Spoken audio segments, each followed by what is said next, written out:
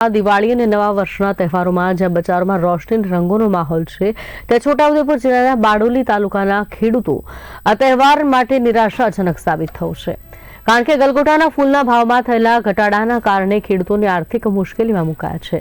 માહિતી અનુસાર આ વર્ષે ગોટાનો ભાવ પ્રતિ કિલો માત્ર 5 થી 10 રૂપિયા મળતા ખેડૂતોને તેમની ખેતીમાંથી યોગ્ય વળતર નથી મળતું, જ્યારે દર વર્ષે આ ફૂલનો ભાવ 50 રૂપિયા પ્રતિ કિલો સુધી હોય છે। આ વર્ષે મળેલા ભાવથી મજૂરી ખર્ચ પણ નથી નીકળતો। ખેડૂતોના જણાવ્યા મુજબ તેઓએ તહેવારમાં માંગ વધશે તેવી આશાએ વધુ વાવેતર કર્યું હતું, પરંતુ બજારમાં ભાવ ઘટતા તેમની આશા ઉપર પાણી ફરી વળ્યું છે। આચારી મારા શર્મા રહું છું। હું કાયમ માટે હું આ ખેતી કરું છું ગલગોટની, પણ આ દિવાળીનો તહેવાર છે, પણ ગલગોટનો ભાવ નથી અને આના પર જ અમારું ગુજરાન ચાલે છે। પણ સાહેબ એનો ભાવ નથી તો હું ખેડૂત છું અને સરકારને કહું છું કે કંઈક અમને મળે એવી આશા રાખીએ।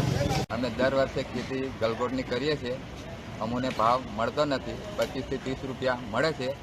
આમાં સરકાર કંઈ રાહત કરતો હોય તો સારું। દિવાળીનો સમય છે, દિવાળીના સમયમાં અમને ભાવ વર્ષો કરતે ઓછો મળે છે।